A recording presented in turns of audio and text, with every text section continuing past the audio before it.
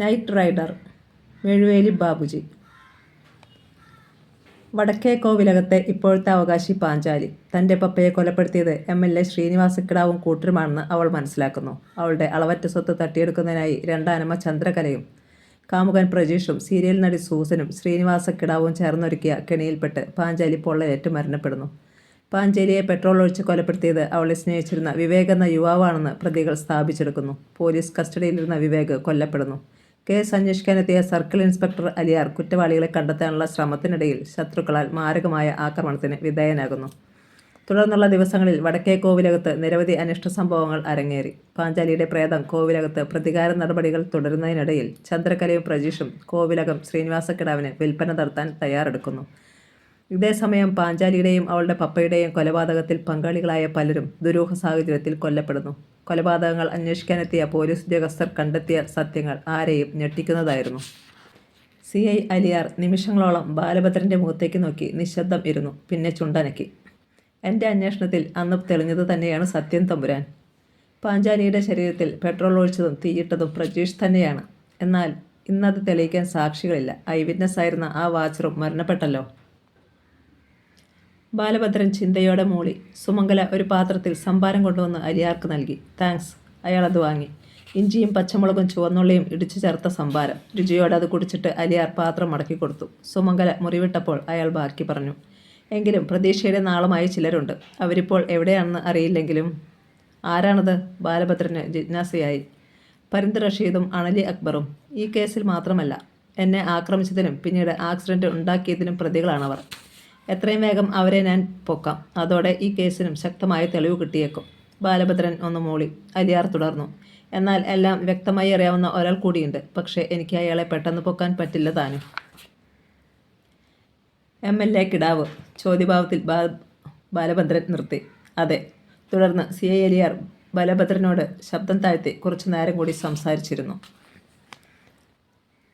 മസനഗുഡിയിലെ lodge room vacate ചെയ്ത് ചന്ദ്രകലയും പ്രജീഷും മായാറിലെ വാടക വീട്ടിലെത്തി. ബ്രോക്കർ മുനിയാണ്ടിയുടെ ജീപ്പ് ഡ്രൈവറും അതുവരെ ഒപ്പമുണ്ടായിരുന്നു.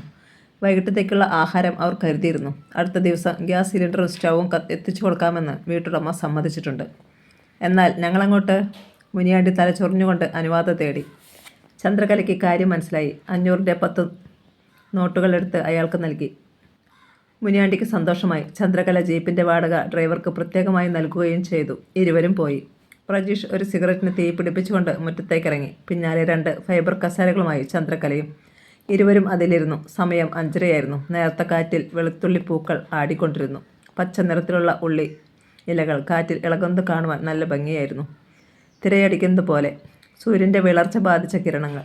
പരന്നു കിടക്കുന്ന അകലെയോ എവിടെയോ ഒരു ആനയുടെ ചിഹ്നം വിളി കേട്ടു. അവ കനാലിൽ വെള്ളം കുടിക്കാൻ വന്നതാവും, പ്രജീഷ് പറഞ്ഞു. മനസ്സിനിണങ്ങിയ പ്രകൃതിയായിരുന്നെങ്കിലും ഒന്നും ആസ്വദിക്കാൻ കഴിഞ്ഞില്ല ഇരുവർക്കും. ഉള്ളിൽ 10 കോടി രൂപ പിടഞ്ഞുകൊണ്ടിരുന്നു. ആ പണം കയ്യിൽ വന്നപ്പോൾ ആകാശത്ത് അനേക വർണ്ണങ്ങളുള്ള ഒരു അമിട്ട് പൊട്ടിച്ചിതറുന്നത് പോലെയായിരുന്നു. എന്നാൽ ഇപ്പോൾ ഒരു നിമിഷം കഴിഞ്ഞ് തീപ്പൊള്ളികളിലെ വെളിച്ചം മാഞ്ഞ് ഇരുൾ പരന്ന അവസ്ഥ. കോവിലകത്തിൻ്റെ വിശാലതയിൽ നിന്ന് ഇവിടേക്ക് മാറിയ നിനക്ക് അഡ്ജസ്റ്റ് ചെയ്യാൻ കഴിയുന്നുണ്ടോ? പ്രജീഷ് ചന്ദ്രകലയോട് തിരക്കി. 100%. അവൾ മുടി ഒതുക്കി വെച്ചു. കോവിലകം സത്യത്തിൽ എനിക്ക് നരകം പോലെയായിരുന്നു. ദുഷിച്ച വായു നിറഞ്ഞ ഡ്രാക്കുള കോട്ട. എന്നാൽ ഇവിടം ആ രൂപ കൂടി കയ്യിൽ ഉണ്ടായിരുന്നെങ്കിൽ ഇത് സ്വർഗമായേനെ.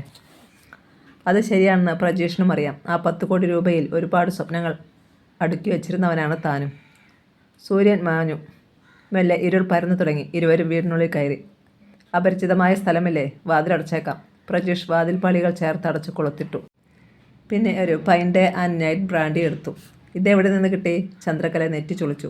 ഇവിടെ തന്നെ കിട്ടും. ഒരാൾ കച്ചവടം നടത്തുന്നുണ്ട്. എനിക്ക് തോന്നുന്നത് ഈ ബ്രാൻഡി ഇവിടെ മാത്രമേയുള്ളൂ എന്നാണ്.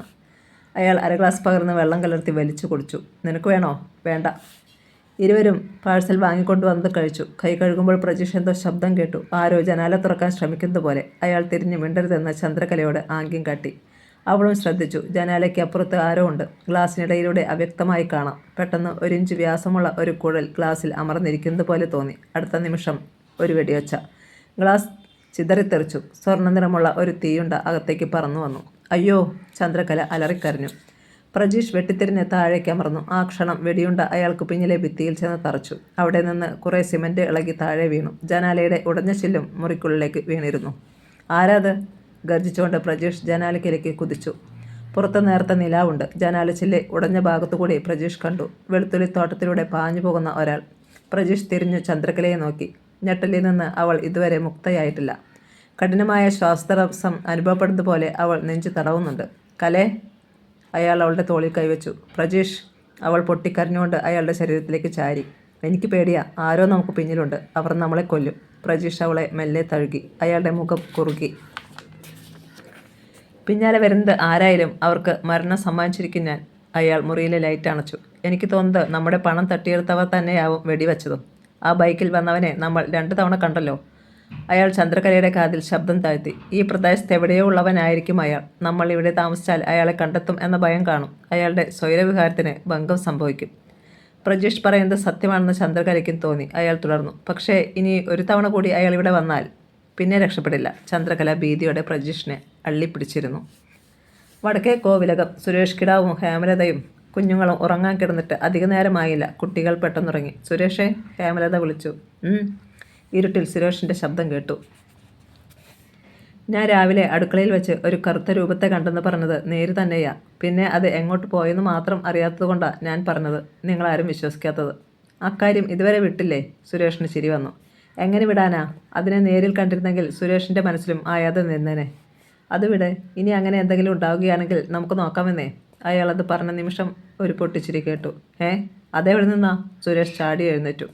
നടുങ്ങിപ്പോയി ഹേമലതയും. ആ ചിരിയുടെ അലകൾ കോവിലകത്തിൻ്റെ ഭിത്തിയിൽ തട്ടി പ്രതിധ്വനിക്കുന്നു. സുരേഷ് വേഗം മുറിയിലെ ലൈറ്റ് തെളിച്ചു. ചിരിച്ചത് ആ കറുത്ത രൂപം തന്നെയാകും, എനിക്ക് ഉറപ്പാ. ഹേമലതയും എഴുന്നേറ്റിരുന്ന് കാതോർത്തു. എന്നാലും അത് ആരാണെന്ന് അറിയണമല്ലോ. കിടക്കയ്ക്കടിയിൽ നിന്ന് സുരേഷ് ഒരു പിസ്റ്റൾ വലിച്ചെടുത്തു. എന്നാൽ അയാൾ വാതിൽ തുറക്കാൻ ഭാവിച്ചതും ഹേമലത തടഞ്ഞു. വേണ്ട സുരേഷേ, എന്താണെന്നറിയാതെ തുറക്കണ്ട. ഒന്നാമത് പഴയ കോവിലകമായത്. ഇവിടെ എന്തൊക്കെയുണ്ടെന്ന് ആരറിഞ്ഞു? പെട്ടെന്ന് വാതിലിൽ ആരോ തട്ടി. ആരാ? സുരേഷിനും പരിഭ്രമമായി. ഞാനാ സാറേ. ജോലിക്കാരി ഭാനുമതിയുടെ ശബ്ദം. സുരേഷ് വാതിൽ തുറന്നു. മുന്നിൽ ഭയന്ന് വിളറിയ ഭാവത്തിൽ ഭാനുമതി. എന്താ? പരിഭ്രമം മറിച്ച് സുരേഷ് തിരക്കി. സാർ ഒരു ചിരി കേട്ടോ? കേട്ടു. ആരായിരുന്നത്?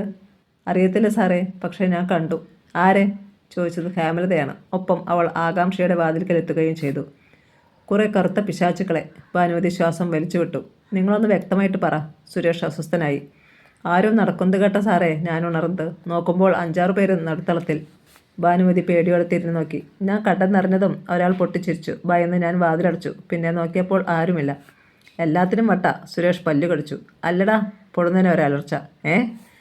സുരേഷ് കിടാവ് ഞെട്ടിത്തിരിഞ്ഞ് 4 പാടും നോക്കി. അതിനനുസരിച്ച് അയാളുടെ കയ്യിലിരുന്ന പിസ്റ്റൾ തിരിഞ്ഞു. ആരാ? അയാൾ അലറി. മറുപടിയില്ല. ശ്മശാന തുല്യമായ നിശബ്ദത മാത്രം. ഞാൻ പറഞ്ഞില്ലേ സുരേഷ്, ഇവിടെ എന്തൊക്കെയോ കുഴപ്പങ്ങളുണ്ട്. ഹേമലതയുടെ സ്വരം ചിലമ്പി.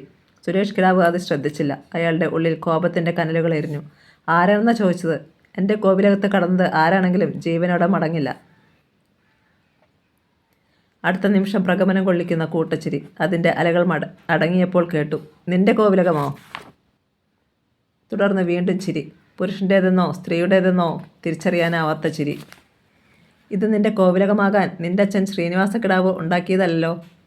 ഒരു പാവം തമ്പുരാനെ നാടുകാണിച്ച് ചുരത്തിൽ ചതിച്ചു കൊന്നിട്ട് അയാളുടെ 2ാം ഭാര്യയും ഭൂലോക ഫ്രാഡും കൊലയാളിയുമായ ചന്ദ്രകല എന്ന സ്ത്രീയുമായി കൂട്ടുചേർന്ന് ചുളുവിൽ തട്ടിയെടുക്കാൻ ശ്രമിക്കുന്ന കോവിലകമല്ലടാ. സുരേഷിന് വല്ലാത്ത ക്ഷീണം തോന്നി. തൻ്റെ ഭാര്യയുടെയും വേലക്കാരിയുടെയും മുമ്പിൽ വെച്ചാണ് ഇതൊക്കെ ആരോ വിളിച്ചു പറയുന്നത്. എങ്കിലും വിട്ടുകൊടുക്കാൻ അയാൾ ഒരുക്കമായിരുന്നില്ല. അങ്ങനെയൊക്കെ ഉണ്ടായെങ്കിൽ നീ എൻ്റെ മുന്നിൽ വാ, എന്നിട്ട് തെളിയിച്ചു കാണിക്ക്. വീണ്ടും ആ ശബ്ദം കേട്ടു. നിന്റെ കയ്യിലിരിക്കുന്ന ആയുധത്തിൻ്റെ ബലത്തിലാണ് ഇത് പറയുന്നതെങ്കിൽ വേണ്ട. അതുകൊണ്ട് നിനക്ക് യാതൊരു പ്രയോജനവും ഉണ്ടാകില്ല. അത് തെളിയാൻ പോകുകയാണ്. ആ ശബ്ദം നിലച്ചതും ഒരു സീൽക്കാര ഉയർന്നു കേട്ടു. മിന്നൽ വേഗത്തിൽ എന്തോ പാഞ്ഞു വരുന്നു. എന്തെന്ന് തിരിച്ചറിയും മുൻപ് സുരേഷിൻ്റെ പിസ്റ്റൾ പിടിച്ച കൈയുടെ തോളിൽ അത് പൊളഞ്ഞിറങ്ങി. അലറിപ്പോയി സുരേഷ്. പിസ്റ്റൾ പിടിവിട്ട് നടുമുറ്റത്ത് വീണു. സുരേഷേ! ഹേമലത അലറിക്കരഞ്ഞു. സാറേ എന്ന് ഭാനുമതിയും. അമ്പരപ്പിലും നടുക്കത്തിലും സുരേഷ് തൻ്റെ തോളിലേക്ക് നോക്കി. ഒരു അമ്പ്. പുല്ല്. അയാളത് വലിച്ചൂരി. തോളിൽ നിന്ന് ചോര ചീറ്റിത്തെറിച്ചു. സുരേഷേ! ഹേമലത ആ മുറിവിൽ അമർത്തിപ്പിടിച്ചു. അവളുടെ വിരലുകൾക്കിടയിലൂടെ ചോര വീണ്ടും ചീറ്റി. നേരത്തെയുള്ള ശബ്ദം പിന്നെയും കേട്ടു. ഇത് നിന്റെ നെഞ്ചിൽ കൊള്ളിക്കാൻ അറിയാഞ്ഞിട്ടല്ല. രക്ഷപ്പെടണമെന്നുണ്ടെങ്കിൽ ഒരവസരം. നാളെ നേരെ പുലരുമ്പോൾ പോയിക്കോണം ഈ കോവിലകത്തു നിന്ന്. ഇല്ലെങ്കിൽ നീയും നിന്റെ കുടുംബവും ശവങ്ങളാകും. പിന്നെ അവളെ ഇവിടെ വരുത്തും. ചന്ദ്രകലയെ കൊല്ലാൻ ചെന്ന് പറഞ്ഞേര്. ശേഷം കേട്ടത് അകന്നു പോകുന്ന കുറേ കാലൊടിയൊച്ചകൾ. ഹോസ്പിറ്റലിൽ പോകാൻ സുരേഷേ. ഹേമലതയുടെ സർവ്വനാഡികളും തളർന്നു. ഭാനുമതിയാണെങ്കിൽ നെഞ്ചുപൊട്ടി മരിക്കും എന്ന ഭാവത്തിലാണ്. എത്രയും വേഗം ഈ പ്രേതാലയത്തിൽ നിന്ന് രക്ഷപ്പെടണമെന്ന് അവരുടെ മനസ്സ് മന്ത്രിച്ചു. ഞാൻ ഒരാശുപത്രിയിലും പോകുന്നില്ല, സുരേഷ് തീർത്തു പറഞ്ഞു. എൻ്റെ ശരീരത്തിൽ ഈ അമ്പ് കൊള്ളിച്ചത് ആരാണെങ്കിലും അവനെ ഞാൻ വിടില്ല. ഭാര്യയുടെ കൈ തട്ടിക്കളഞ്ഞ് അയാൾ മുറിയിലേക്ക് ഓടി. അതിനിടെ വേലക്കാരിയോട് പറഞ്ഞു, കുറച്ച് ഐസ് ക്യൂബ് കൊണ്ടുവാ. മുറിയിലെത്തിയ സുരേഷ് അലമാരിയിൽ നിന്ന് ഒരു മദ്യക്കുപ്പി എടുത്തു. വൃത്തിയുള്ള കുറച്ച് തുണിയും. പിന്നെ ബാത്റൂമിൽ നിന്ന് അരികിലെ വാഷ് ബേസിൻ്റെ അടുത്തെത്തി. ഇതെന്താ ഈ കാണിക്കുന്നത്? ഹേമലത പിന്നാലെ ചെന്നു. മിണ്ടരുത്. സുരേഷ് അവളെ രൂക്ഷമായി നോക്കി. പിന്നെ തൻ്റെ ഷർട്ട് വലിച്ചു കയറി. അയാളുടെ തോളിൽ മാംസം തുളഞ്ഞിരിക്കുന്നത് ഹേമലത കണ്ടു. വാഷ് ബേസിനിലേക്ക് ചരിഞ്ഞ് നിന്നുകൊണ്ട് അയാൾ മുറിവിലേക്ക് മദ്യമൊഴിച്ചു. മദ്യവും ചോരയും കൂടിക്കലർന്ന് വാഷ് ബേസിനെ വീണ് ചിതറി. ഹേമലത കണ്ണുകൾ ഇറുക്കിയടച്ചു. ഹാ! മുറിവിൽ വീണ മദ്യം ആസിഡ് കണക്കെ നേരിയപ്പോൾ സുരേഷ് പല്ലുകൾ കടിച്ചു പിടിച്ചു. ഒന്നുകൂടി മദ്യത്തിൽ അയാൾ മുറിവ് കഴുകി. ഭാനുമതി ഐസ് ക്യൂബ് കൊണ്ടുവന്നു. ഒരു ഉരുണ്ട പീസ് എടുത്ത് അയാൾ മുറിവിനുള്ളിലേക്ക് തള്ളിവെച്ചു. സുരേഷേ, പ്ലീസ്, നമുക്ക് ഹോസ്പിറ്റലിൽ പോകാം, ഹേമലത വീണ്ടും പറഞ്ഞു. സുരേഷ് കിടാവ് മെല്ലെ തിരിഞ്ഞു. അങ്ങനെ ഒരു കമ്പ് കൊണ്ടാലൊന്നും മരിക്കുന്നവനല്ല ഞാൻ. ബുള്ളറ്റ് തുളിഞ്ഞിറങ്ങിയാൽ പോലും ഞാൻ ഭയക്കത്തില്ല. പിന്നെയാ. അയാൾ ഐസ് ക്യൂബ് അല്പം കൂടി മുറിവിനുള്ളിലേക്ക് തള്ളിവെച്ചു. കുറച്ചു കട്ട ചോരയോടൊപ്പം വെള്ളവും പുറത്തേക്ക് വന്നു. സുരേഷ് മദ്യക്കുപ്പി വായിലേക്ക് കമഴ്ത്തി വെള്ളം ചേർക്കാതെ 2 കവിളകത്താക്കി. പിന്നെ തുണി കൊണ്ട് മുറിവ് ചുറ്റിക്കെട്ടി. ശ്രീനിവാസക്കിടാവിനെ വിളിച്ചാലോ എന്ന് ഹേമലത ചിന്തിച്ചു. എന്നാൽ തൻ്റെ ഭർത്താവിന് അത് ഇഷ്ടമാകില്ലെന്ന് കരുതി വേണ്ടെന്ന് വെച്ചു. എൻ്റെ നേർക്ക് അമ്പെയ്തത് ആരാണെങ്കിലും ഞാനിന്ന് കൊല്ലും. കടപ്പല്ലുകൾ കടിച്ചു ഞെരിച്ചുകൊണ്ട് സുരേഷ് പുറത്തേക്ക് പാഞ്ഞു. അതിനിടെ മേശപ്പുറത്തിരുന്ന ടോർച്ചും എടുത്തു. അയാളുടെ ഉദ്ദേശ്യം എന്തെന്നറിയാതെ ഹേമലതയും പിന്നാലെ ചെന്നു. അമ്പ് കൊണ്ടപ്പോൾ നടുമുറ്റത്തേക്ക് വീണ പിസ്റ്റൾ എടുക്കുവാനാണ് സുരേഷ് പോയത്. പക്ഷേ എല്ലായിടവും പരിശോധിച്ചിട്ടും അയാൾക്ക് തൻ്റെ പിസ്റ്റൾ കണ്ടെത്താൻ കഴിഞ്ഞില്ല. അതെവിടെ പോയി? സുരേഷ് പിറുപിറുത്തുകൊണ്ട് ചുറ്റും ടോർച്ച് തെളിച്ചു. പിസ്റ്റൾ കണ്ടില്ല. ഭാനുമതി, സുരേഷ് ശബ്ദമുയർത്തി വിളിച്ചു. വരാന്തയുടെ അങ്ങേക്കോണിൽ ഭയന്നു നിൽക്കുകയായിരുന്നു ഭാനുമതി. ഓടി വന്നു. എന്താ സാറേ, ഇവിടെ വീണ എന്താ തോക്കെന്തിയേ? അയ്യോ, ഞാൻ കണ്ടില്ല സാറേ.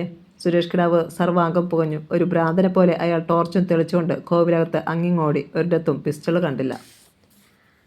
മായാർ. നേരം പുലർന്നു. തലേരാത്രി ഉറങ്ങിയിരുന്നില്ല ചന്ദ്രകലയും പ്രജീഷും. ഇരുളിൻ്റെ മറവിൽ നിന്ന് ഒരു ബുള്ളറ്റ് ഏത് നിമിഷവും ചീറിപ്പാഞ്ഞു വന്നേക്കുമെന്ന് ഭയമുണ്ടായിരുന്നു ഇരുവർക്കും. എന്നാൽ ഒന്നും സംഭവിച്ചില്ല. രാത്രി നടന്ന ആക്രമണത്തിൻ്റെ ബാക്കി പത്രമായി മുറിക്കുള്ളിൽ ജനാലച്ചില്ലുകൾ ചിതറിക്കിടന്നിരുന്നു.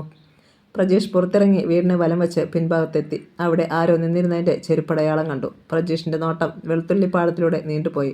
എന്തോ തീരുമാനിച്ചതുപോലെ അയാൾ മടങ്ങിയെത്തിയപ്പോൾ ചന്ദ്രകല തിരക്കി. ഇനി നമ്മളിവിടെ താമസിക്കണോ പ്രജീഷ്? മരണത്തെ ഭയപ്പെട്ടുകൊണ്ട്. പ്രജീഷിൻ്റെ മുഖത്ത് പക്ഷേ നിശ്ചയദാർഢ്യതയായിരുന്നു. നമ്മൾക്ക് ഒരു ശത്രു ഉണ്ടെങ്കിൽ അവനെ കണ്ടെത്തുക തന്നെ വേണം. അല്ലെങ്കിൽ ഒരിക്കലും സ്വസ്ഥമായി ഉറങ്ങാൻ കഴിയില്ല. അയാളുടെ മനസ്സിൽ എന്താണെന്ന് അവൾക്ക് വ്യക്തമായില്ല. പ്രജീഷ് വ്യക്തമാക്കിയതുമില്ല. മുറിവേറ്റ മൃഗത്തെപ്പോലെ അയാൾ മുറിയിലൂടെ 2-3 ചാൽ നടന്നു. പിന്നെ സെൽഫോൺ എടുത്ത് വസ്തു ബ്രോക്കർ മുനിയാണ്ടിയെയും വീട്ടുടമസ്ഥയെയും വിളിച്ചു. അരമണിക്കൂറിനുള്ളിൽ 2 പേരും എത്തി. പ്രജീഷ് കാര്യം ചുരുക്കി പറഞ്ഞു. ചിതറിക്കിടക്കുന്ന ജനാലച്ചില്ലുകൾ കണ്ടപ്പോൾ ഇരുവരും ഭയന്നു. സാർ, അങ്ങനെയെങ്കിൽ വാങ്ങിയ പണം ഞാൻ തിരിച്ചു തരാം. നിങ്ങൾക്ക് മറ്റെവിടേക്കെങ്കിലും മാറുന്നതാകും നല്ലത്, വീട്ടുടമ അറിയിച്ചു. നമുക്ക് പോലീസിൽ അറിയിക്കാം സാർ, മുനിയാണ്ടിയും പറഞ്ഞു. നിഷേധിക്കുന്ന ഭാവത്തിൽ പ്രജീഷ് തലയാട്ടി. ഒന്നും വേണ്ട, ഇവിടെ ഇങ്ങനെ ഒരു സംഭവം ഉണ്ടായെന്ന് അറിയിക്കാൻ മാത്രമാണ് നിങ്ങളെ വിളിച്ചത്. പിന്നെ മറ്റൊരിടത്തേക്ക് മാറിയാലും ആ കൊലയാളി പിന്നാലെ വരില്ലെന്ന് ഉറപ്പില്ലല്ലോ. ഇരുവരും അതിന് മറുപടി നൽകിയില്ല. അന്ന് തന്നെ വീട്ടുടമ ജനാലച്ചില്ല് മാറ്റിയിടുവിച്ചു. ഞാനും കൂടി രാത്രിയിൽ ഇവിടെ നിൽക്കാം സാർ, മുനിയാണ്ടി പറഞ്ഞു. വേണ്ട, പ്രജീഷ് തടഞ്ഞു. വീട്ടുടമയും മുനിയാണ്ടിയും മടങ്ങി. പ്രജീഷ് ഒരു കൂന്താലിയും മൺവെട്ടിയും എടുത്തുകൊണ്ട് പുറത്തിറങ്ങി. ആ പരിസരത്തെങ്ങും ആരും ഇല്ലെന്ന് ഉറപ്പാക്കിയിട്ട് അയാൾ പിന്നിൽ പുറത്തേക്കുള്ള വാതിലിന് മുന്നിലും ജനാലകൾക്ക് താഴെയും കുഴികൾ തീർത്തു. 2 അടി താഴ്ചയിലും 1.5 അടി വീതിയിലും 4 അടി നീളത്തിലും ഉള്ള കുഴികൾ. അത് കണ്ട് ചന്ദ്രകല പുരികം ചൊളിച്ചു. എന്തിനാ പ്രജീഷ് ഇത്? കാണാൻ പോകുന്ന പൂരം പറഞ്ഞറിയിക്കണോ? പ്രജീഷ് ക്രൂരമായി ഒന്ന് ചിരിച്ചു. ചന്ദ്രകല പ്രജീഷിൻ്റെ ഓരോ പ്രവൃത്തിയും നോക്കിക്കൊണ്ട് ഒരു ഭാഗത്ത് മാറിയിരുന്നു. അയാൾ ഒരു വെട്ടുകത്തിയും എടുത്തുകൊണ്ട് വെളുത്തുള്ളി തോട്ടത്തിലൂടെ നടന്നുപോയി. മടങ്ങി വന്നപ്പോൾ കുറേ ഉണങ്ങിയ കാമ്പുകളും തമിഴ്നാട്ടിലെ കുന്നിൻ പ്രദേശങ്ങളിൽ കാണുന്ന ഒരു തരം മുൾച്ചെടികളും 4-5 പച്ച വാഴയിലകളും പ്രജീഷിൻ്റെ കൈവശമുണ്ടായിരുന്നു. ചന്ദ്രകലയ്ക്ക് അപ്പോഴും ഒന്നും മനസ്സിലായില്ല. പ്രജീഷ് മുൾച്ചെടികൾ കുഴികൾക്കുള്ളിൽ നിരത്തി. ആ മുള്ളെങ്ങാനും കയ്യിലോ കാലിലോ തറഞ്ഞാൽ തീർന്നു, ചന്ദ്രകല പറഞ്ഞു. തറയ്ക്കാൻ തന്നെയാണ് എങ്ങനെ ചെയ്യുന്നത്? പ്രജീഷ് ചിരിച്ചു. ശേഷം കുഴിക്ക് പുറത്ത് കമ്പുകൾ നെടുകയും കുറുകയും നിരത്തി. അതിന് മീതെ വാഴയിലകൾ വെച്ചു. പിന്നെ മണ്ണ് നീക്കിയിട്ടു, അധികം കനത്തിലല്ലാതെ. ബാക്കി പച്ചമണ്ണ് അവിടെ നിന്ന് നീക്കം ചെയ്തു. പണ്ട് സ്കൂളിൽ പഠിച്ചിരുന്ന സമയത്ത് ചില വികൃതി പിള്ളേരെ വഴിയിലിങ്ങനെ കുഴിയുണ്ടാക്കി അതിനു മീതെ ഇലകൾ വെച്ച് മണ്ണുകൊണ്ട് മൂടിയിരുന്നത് ചന്ദ്രകല ഓർത്തു. വിദ്യാർത്ഥികൾ മാത്രമല്ല, ചില അധ്യാപകരും ആ കുഴിയിൽ വീണിട്ടുണ്ട്. പ്രജീഷിൻ്റെ തന്ത്രം ഇപ്പോൾ ചന്ദ്രകലയ്ക്ക് മനസ്സിലായി. ഇനി ശത്രുവെന്ന് ജനാലയുടെയോ വാതിൽ വഴിയോ തങ്ങളെ ആക്രമിക്കാൻ ശ്രമിച്ചാൽ പെട്ടത് തന്നെ. എല്ലാം ഒരിക്കൽ കൂടി പരിശോധിച്ച് തൃപ്തിപ്പെട്ടതിന് ശേഷം പ്രജീഷ് കുളിക്കാൻ പോയി. ആ സമയം ചന്ദ്രകലയുടെ ഫോൺ ശബ്ദിച്ചു. അവൾ അതെടുത്ത് നോക്കി. MLA ശ്രീനിവാസ കിടാവ്. തിടുക്കത്തിൽ അവൾ കാൾ അറ്റൻഡ് ചെയ്തു. സാർ, ഞങ്ങളുടെ പണത്തെക്കുറിച്ച് എന്തെങ്കിലും വിവരം കിട്ടിയോ? ഇല്ല, പോലീസ് ഊർജിതമായി അന്വേഷിക്കുന്നുണ്ട്. കർണാടക ആസ്ഥാനമായി പ്രവർത്തിക്കുന്ന ചില ഗ്രൂപ്പുകളെയാണ് അവർക്ക് സംശയം. ചന്ദ്രകല ദീർഘമായി ഒന്ന് നിശ്വസിച്ചു. അപ്പോൾ ഇനി പ്രതീക്ഷിക്കേണ്ട അല്ല സാറേ? അങ്ങനെ കരുതരുത്. മിക്കവാറും അവരെ കണ്ടെത്താനാണ് സാധ്യത. പക്ഷേ പണം... കിടാവ് പകുതിക്ക് നിർത്തി. ആളെ കിട്ടിയാലും പണം കിട്ടിയില്ലെങ്കിൽ പിന്നെ എന്താണ് സാർ പ്രയോജനം? ചന്ദ്രകലയ്ക്ക് മുഷിച്ചിൽ വന്നു. അയാൾ അതിന് മറുപടി പറഞ്ഞില്ല. കിടാവ് പകരം തിരക്കി. നിങ്ങളും ഇപ്പോൾ എവിടെയാ? മായാറിൽ. നാടുകാണിയിൽ ഉപേക്ഷിച്ച നിങ്ങളുടെ കാർ തിരിച്ചെടുത്തില്ല അല്ലേ? ഇല്ല സാർ, ആ പഴഞ്ചൻ കാർ എടുത്തിട്ട് എന്ത് കാര്യം? കാര്യമുണ്ടായിരുന്നു, പക്ഷേ ഇനി പറഞ്ഞിട്ട് എന്ത് കാര്യം? അതേക്കുറിച്ച് സംസാരിക്കാനാണ് ഞാനിപ്പോൾ വിളിച്ചത്. ചന്ദ്രകലയുടെ നെറ്റി ചുളിഞ്ഞു. വെളുത്തുള്ളിപ്പാടത്ത് തിളച്ചുമറിയുന്ന വെയിലിലേക്ക് അവൾ കണ്ണു നട്ടു. അവിടെ നിന്ന് നീരാവി ഇളകി വീറുന്നതുപോലെ തോന്നി. അവളുടെ ഉള്ളിലെ ചൂടിനെയും വർദ്ധിപ്പിക്കുന്ന തരത്തിൽ കിടാവിൻ്റെ ശബ്ദം വന്നു. ആ കാറിപ്പോൾ വഴിക്കടവ് പോലീസിൻ്റെ കസ്റ്റഡിയിലാണ്. അതിനുള്ളിൽ അവർ സ്ഫോടക വസ്തുക്കൾ കണ്ടെത്തിപ്പോലും. നട്ടുച്ചയ്ക്ക് ഒരു ബോംബ് പൊട്ടിയതുപോലെ ചന്ദ്രകല കിടുങ്ങി. സാർ, അതെങ്ങനെ? അറിയില്ല. കഴിഞ്ഞയാഴ്ച ഗുജറാത്ത് ഭാഗത്ത് കടലിൽ ഉപേക്ഷിക്കപ്പെട്ട നിലയിൽ ചില റബ്ബർ ബോട്ടുകൾ കണ്ടെത്തിയിരുന്നു. പാകിസ്ഥാൻ ഭീകരർ ഇന്ത്യയിലേക്ക് നുഴഞ്ഞു കയറിയെന്നും തെക്കേ ഇന്ത്യയിൽ സ്ഫോടനങ്ങളോ ഭീകരാക്രമണങ്ങളോ ഉണ്ടാകാൻ സാധ്യതയുണ്ടെന്നാണ് മിലിറ്ററി ഇൻ്റലിജൻസിൻ്റെ കണ്ടെത്തൽ. അതിനുവേണ്ടിയുള്ള സ്ഫോടക വസ്തുക്കളാണ് നിങ്ങളുടെ കാറിൽ കണ്ടെത്തിയതെന്നാണ് പോലീസ് നിഗമനം. ഈശ്വര, നെഞ്ചിൽ കൈവച്ച് പോയി ചന്ദ്രകല. സാർ, സത്യം എനിക്കറിയാമല്ലോ. അതുകൊണ്ട് തൽക്കാലം ഞാൻ ഈ കേസൊന്ന് പിടിച്ചു വയ്ക്കാൻ പോലീസിനോട് പറഞ്ഞിട്ടുണ്ട്. സംഗതി പബ്ലിസിറ്റി കിട്ടാതെ ഒതുക്കണമെന്ന്. അതുകൊണ്ട് നിങ്ങൾ അവിടെ നിന്ന് പുറത്തിറങ്ങരുത്. എന്ത് വേണമെന്ന് ഞാൻ പറയാം. ചന്ദ്രകലയ്ക്ക് ഉത്തരമില്ലായിരുന്നു. 4 പാട് നിന്നും അപകടത്തിൻ്റെ വാൾ വാങ്ങപ്പെട്ടു കഴിഞ്ഞു എന്ന് അവൾ അറിഞ്ഞു. കുളിച്ചു കഴിഞ്ഞു വന്ന പ്രജീഷ് കണ്ടത് മൊബൈലും കയ്യിൽ പിടിച്ച് ബോധശൂന്യയായി കിടക്കുന്ന ചന്ദ്രകലയെയാണ്. വടക്കേ കോവിലകം. MLA ശ്രീനിവാസ് കിടാവ് മകനെയും മരുമകളെയും കാണുവാൻ അവിടെ എത്തി. തലേന്ന് രാത്രിയിൽ നടന്ന കാര്യങ്ങൾ അച്ഛനോട് പറയേണ്ടെന്ന് സുരേഷ് കിടാവ് പറഞ്ഞെങ്കിലും ഹേമലത സമ്മതിച്ചില്ല.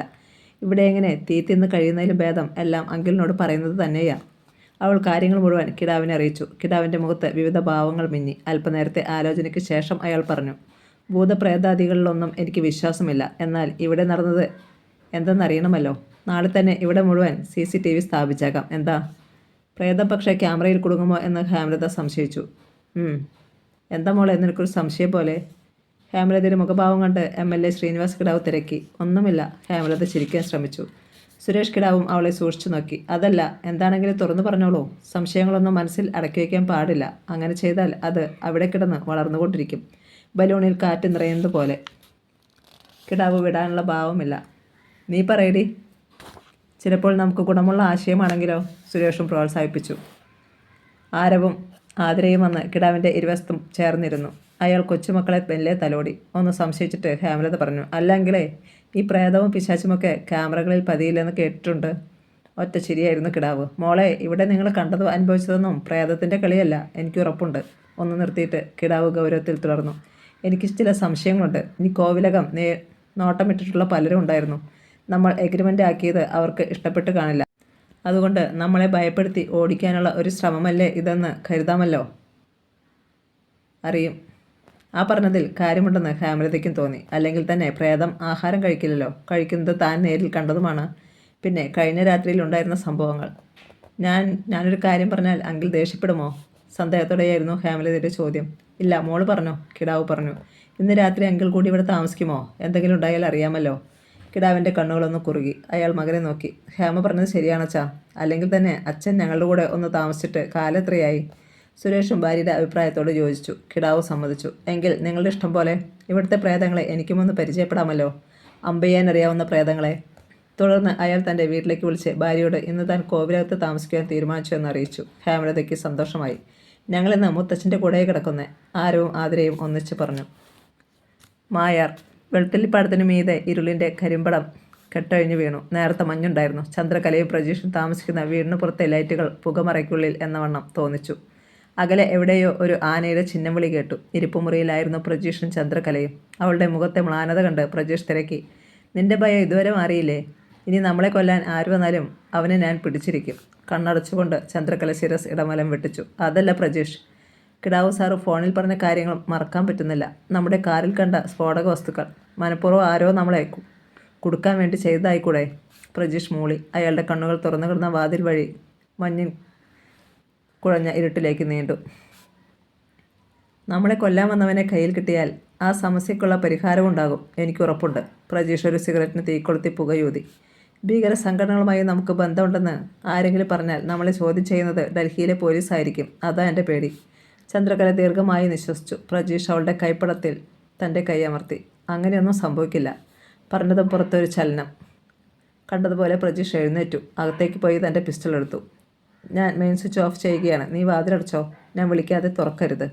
പറഞ്ഞതും അയാൾ മെയിൻ സ്വിച്ച് ഓഫ് ചെയ്തിട്ട് പുറത്തേക്കിറങ്ങി. ചന്ദ്രകല വർദ്ധിച്ച നെഞ്ചിരിപ്പോടെ വാതിലടച്ച് കൊളുത്തിട്ടു. പ്രജീഷ് പുറത്തെ ഇരുളിൽ നിന്ന് കാതോർത്തുകൊണ്ട് ചുറ്റും നോക്കി. ശേഷം മുറ്റത്തിൻ്റെ കോണിലുണ്ടായിരുന്ന വേപ്പ് മരത്തിന് ചുവട്ടിലേക്ക് നീങ്ങി നിന്നു. ആരുടെ ചലനം തോന്നിയ ഭാഗത്തായിരുന്നു അയാളുടെ കണ്ണുകൾ. ഇരുട്ടുമായി കണ്ണു പൊരുത്തപ്പെട്ടപ്പോൾ കണ്ടു, ഒരു നിഴൽ തങ്ങളുടെ വീടിനെ ലക്ഷ്യമാക്കി നീങ്ങുന്നു. വീടിൻ്റെ പിന്നാമ്പുറത്തേക്ക്. കരുതലോടെ അയാളും അവിടേക്ക് നീങ്ങി. വീടിന് പിന്നിലെ ജനാലയ്ക്കരികിലേക്കാണ് ആ രൂപം ചെന്നത്. ജനാല ചില്ലിലൂടെ അകത്തേക്ക് ശ്രദ്ധിക്കാനാണ് അയാളുടെ ലക്ഷ്യമെന്ന് പ്രജീഷിനുറപ്പായി. ആ രൂപം ജനാലയോട് ചേർന്ന്. അടുത്ത നിമിഷം അയ്യോ ഒരു നിലവിളി. ആ രൂപം താൻ ഉണ്ടാക്കിയ കുഴിയിലേക്ക് വീഴുന്നത് പ്രജീഷ് കണ്ടു. ഒരു കുതിപ്പിന് അയാൾ കുഴിയുടെ വക്കിലെത്തി. ശരീരത്ത് കാട്ടുമുള്ള തറഞ്ഞിറങ്ങിയ അയാൾ കുഴിയിൽ നിന്ന് എഴുന്നേൽക്കാൻ പാടുപെടുകയായിരുന്നു. പ്രജീഷ് കാൽ വീശി ഒറ്റയടി. കുഴിയിൽ കിടന്നിരുന്നവൻ്റെ മുഖമടച്ച് പടക്കം പൊട്ടി. അയ്യോ കൊല്ലല്ലേ, അയാൾ വിലപിച്ചു. പ്രജീഷ് ശബ്ദമുയർത്തി. കലേ, മെയിൻ സ്വിച്ച് ഓൺ ചെയ്യേ. ചന്ദ്രകല അപ്രകാരം ചെയ്തു. എല്ലായിടത്തും വെളിച്ചം പരന്നു. പ്രജീഷ് കണ്ടു വാരിക്കുഴിയിൽ വീണതുപോലെ കിടന്നു പുളയുന്ന ഒരാൾ. പ്രജീഷ് അയാളുടെ ഷർട്ടിൽ കുത്തിപ്പിടിച്ചുയർത്തി. ശരീരത്തിൽ തറഞ്ഞ മുള്ളുകളും അയാൾക്കൊപ്പം ഉയർന്നു വന്നു. കവിളടക്കം ഒരടി കൊടുത്ത് പ്രജീഷ് അയാളെ മണ്ണിലേക്ക് തള്ളി. പിന്നെ വാരിയലുകൾക്കിടയിൽ ആഞ്ഞു തൊഴിച്ചു. അമ്മേ, അയാൾ വില്ല് പോലെ വളഞ്ഞു. പ്രജീഷ് ആ മുഖം പിടിച്ച് വെളിച്ചത്തിലേക്ക് തിരിച്ചു. ഒരു ഞെട്ടൽ. പരുന്ത് റഷീദ്. എടാ നീ. അയാളുടെ കടപ്പല് ഞെരിഞ്ഞു. പ്രജീഷ് പിസ്റ്റൾ പരുന്തിൻ്റെ നെറ്റിയിൽ കുത്തി. പരുന്തിൻ്റെ റിവോൾവർ കുഴിയിൽ കിടക്കുന്നത് കണ്ട് പ്രജീഷ് അതും എടുത്തു.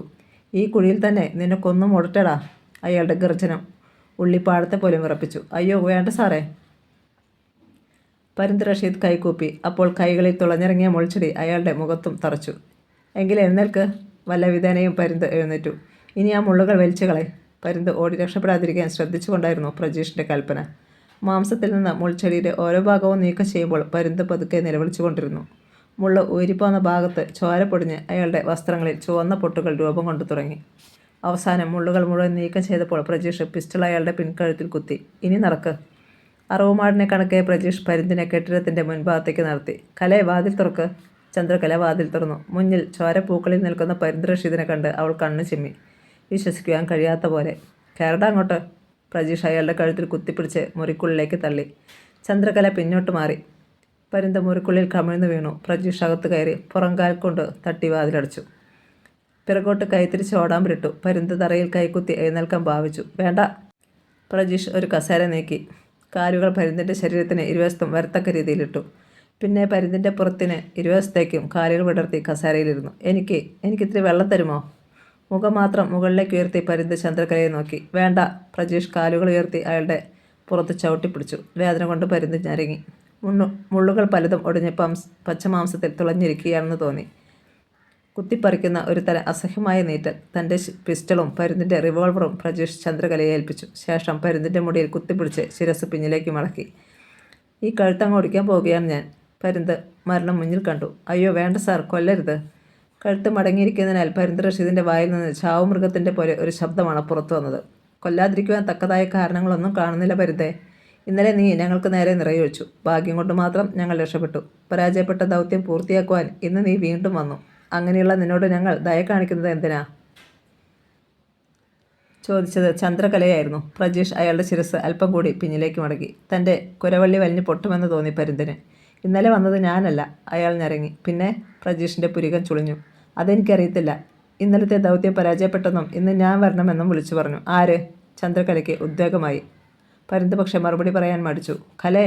പ്രജീഷ് ചന്ദ്രകലയെ നോക്കി. ഒരു കത്തിയങ്ങെടുക്ക്. ഇവൻ്റെ വളഞ്ഞ കഴുത്തിൽ നിന്ന് അമർത്തി വലിച്ച് കാണിക്കാം. പഴുത്ത മാങ്ങ പൂളുന്നത് പോലെ കഴുത്ത് രണ്ടായി പിളർന്ന് ചോര ചീറ്റുന്നത് കാണാം. ചന്ദ്രകല തിരിഞ്ഞ് കത്തിയെടുക്കാൻ കിച്ചണിലേക്ക് നടന്നു. കത്തി വേണ്ട, ഞാൻ പറയാം. എനിക്കറിയാവുന്നതെല്ലാം. പരുന്ത് അടിയറവായി. എങ്കിൽ പറ. പ്രജീഷ് കാതു കൂർപ്പിച്ചു. ആദ്യം എന്നെ ഒന്ന് വിട്. ഞാൻ ഓടിപ്പോകത്തില്ല. ഒന്നുമില്ലെങ്കിലും ആ നടിയുടെ കേസിൽ നിങ്ങളുടെ കൂടെ നിന്നതല്ലേ ഞാൻ. അതിൻ്റെ പ്രതിഫലം കൃത്യമായി തരികയും ചെയ്തു ഞങ്ങൾ. അതുകൊണ്ട് നീ അക്കാര്യം മൊഴിയണ്ട. പറയുന്നതിനിടയിൽ പ്രജീഷ് പിടിവിട്ടു. പരുന്തിൻ്റെ നെറ്റി വില്ലുപോലെ തറയിൽ ചെന്നിടിച്ച് പൊങ്ങി. എന്നെ ഒന്ന് എഴുന്നേൽപ്പിച്ച് നിർത്തുമോ? അത് നടക്കത്തില്ല. ഇനി നീ ഓടിപ്പോകാൻ ശ്രമിച്ചാലും ഞങ്ങൾ വിടത്തുമില്ല. എന്നാലും ഇങ്ങനെ കിടന്നുകൊണ്ട് പറയുന്നതാ കൂടുതൽ ശരി. അല്ലെങ്കിൽ ഇടയ്ക്ക് നിനക്ക് കള്ളങ്ങൾ തിരികെ കയറ്റാൻ തോന്നിയാലോ? അതോടെ പരുന്ത് റഷീദിൻ്റെ സകല ആശയം മറ്റു. അയാൾ ശ്വാസം വലിച്ചു വിട്ടു. എന്നാൽ വച്ച് താമസിപ്പിക്കണ്ട, പറഞ്ഞോ. ആരാ നിന്നെ ഇവിടേക്ക് അയച്ചത്? കിടാവ് സാറ്. പരുന്തിൻ്റെ ചുണ്ടനങ്ങി. തൊട്ടുമുന്നിൽ ഒരു ബോംബ് വീണതുപോലെ ചന്ദ്രകലയും പ്രജീഷും നിറങ്ങി. MLA സാറോ? ചന്ദ്രകലയ്ക്ക് വിശ്വസിക്കാൻ കഴിയുന്നില്ല. അതെ. എൻ്റെ കിടാവ് സാറിൻ്റെ പേര് പറഞ്ഞാൽ ഞങ്ങൾ വിട്ടയക്കും എന്ന് കരുതി കള്ളം പറയരുത്. ചന്ദ്രകലയുടെ മുന്നറിയിപ്പ്. പരുന്തിൻ്റെ മുഖത്ത് പരാജിതൻ്റെ മങ്ങിയ ചിരിയുണ്ടായി. മരിക്കാൻ പോകുന്ന ഞാൻ കള്ളം പറയുന്നത് എന്തിനാ സാറേ? പ്രജീഷ് തലയാട്ടി. എന്തിനാ കിടാവ് സാറ് ഞങ്ങളെ കൊല്ലുന്നത്? അതൊക്കെ എന്നെ പോലെയുള്ളവരോട് പറയുമോ സാറേ? ഞങ്ങൾക്ക് കൊട്ടേഷൻ തരുന്നു, ജോലി കഴിയുമ്പോൾ കാശ് വാങ്ങുന്നു. അതിനപ്പുറം ചോദ്യവും പറച്ചിലും ഒന്നും പാടില്ല എന്നാ. പ്രജീഷ് അമർത്തി മൂളി. ഇന്നലെ ഞങ്ങളെ കൊല്ലാൻ വന്നവനെക്കുറിച്ച് നിനക്ക് യാതൊന്നും അറിയില്ലേ? ഇല്ല സാർ.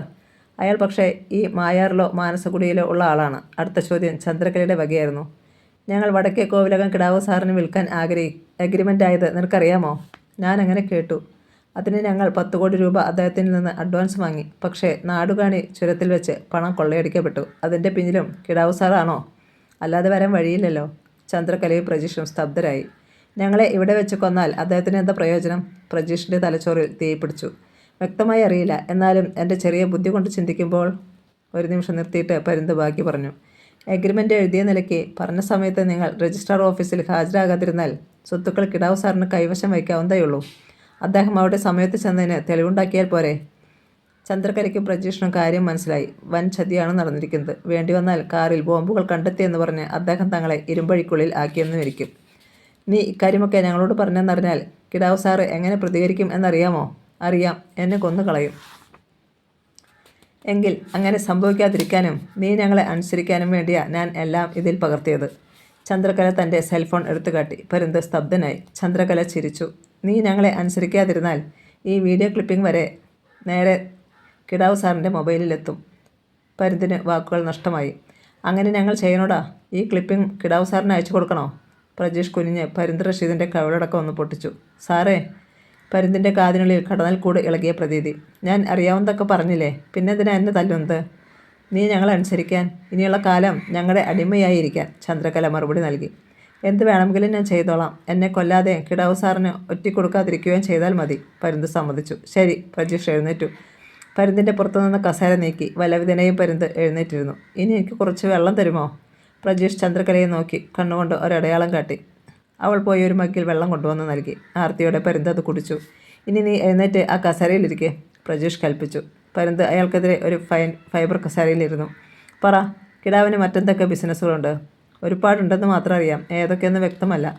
പരുന്ത് റഷീദ് അല്പനേരം ചിന്തിച്ചിരുന്നു. ശേഷം തുടർന്നു. റിയൽ എസ്റ്റേറ്റ് ബിസിനസ് ഉണ്ട്. അതിന് ബിനാമികളുണ്ട്. പിന്നെ എറണാകുളത്ത് പൊളിച്ചു മാറ്റുവാൻ കോടതി നിർദ്ദേശിച്ചിരിക്കുന്ന 5 ബിൽഡിങ്ങുകളിൽ ഒന്ന് കിടാവ് സാറിൻ്റെ ബിനാമിയാണ് പണിയിപ്പിച്ചത്.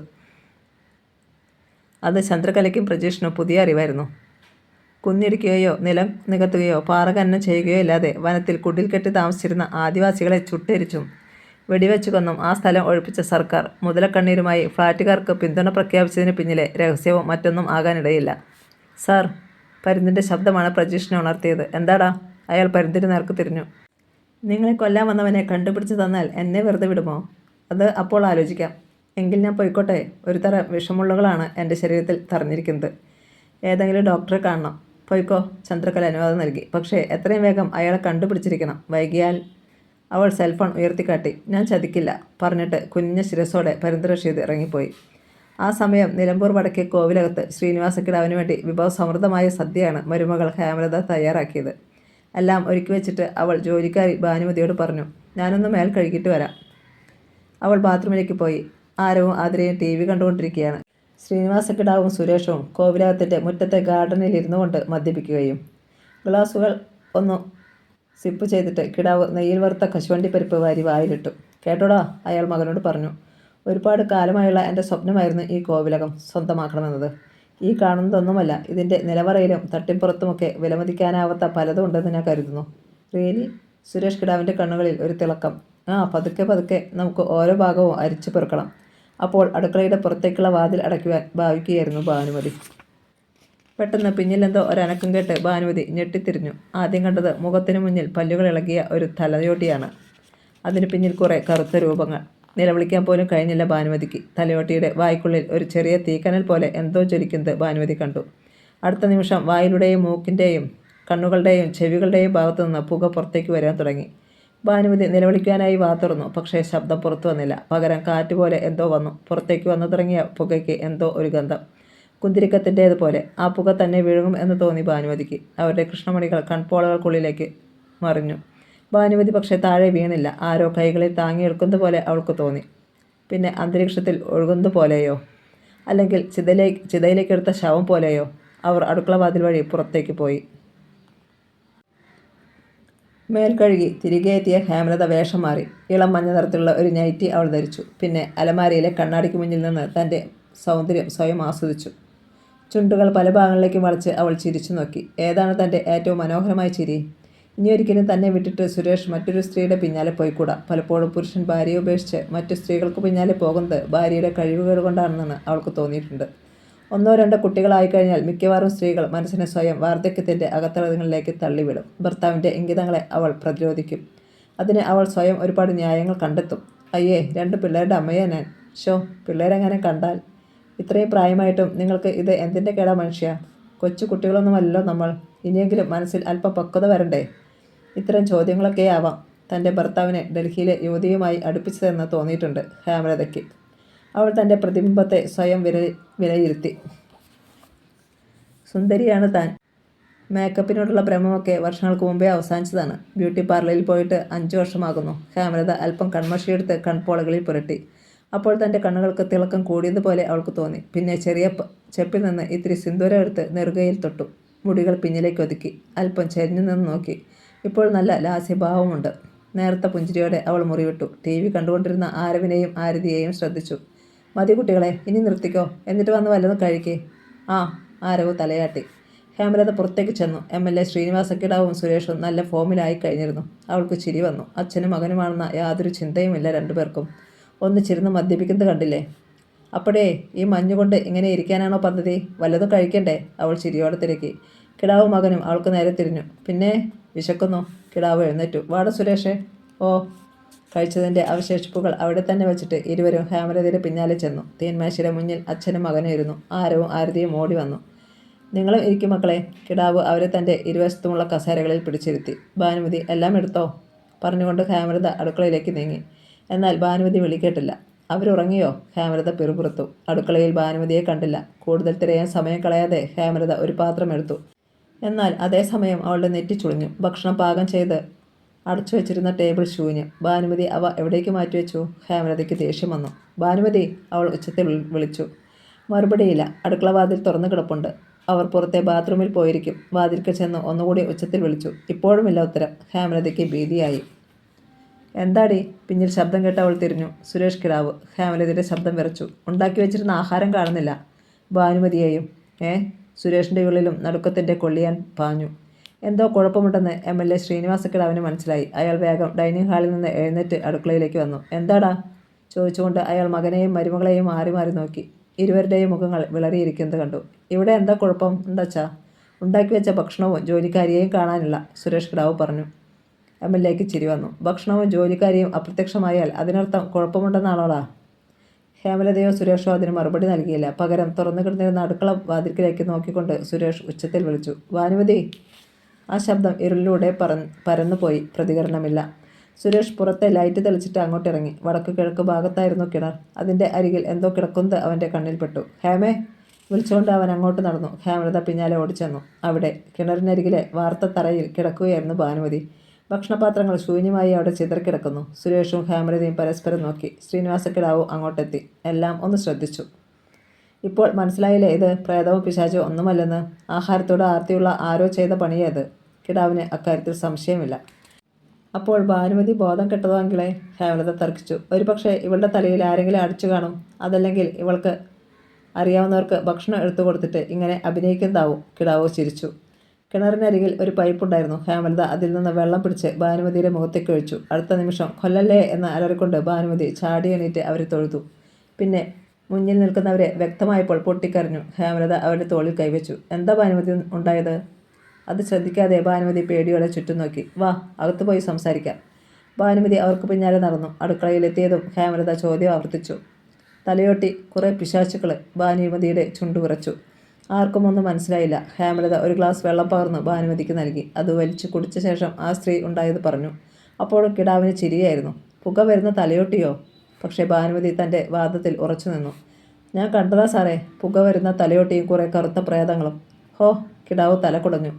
വലതു കൈയുടെ അണിവിരൽ ചെവിക്കുള്ളിലേക്ക് കുത്തി ഒന്ന് കുടഞ്ഞു. കണ്ടതൊക്കെ അങ്ങനെ തന്നെ ഇരിക്കട്ടെ. നാളെ ക്യാമറകൾ വെച്ച് കഴിയുമ്പോൾ എല്ലാം തെളിയും.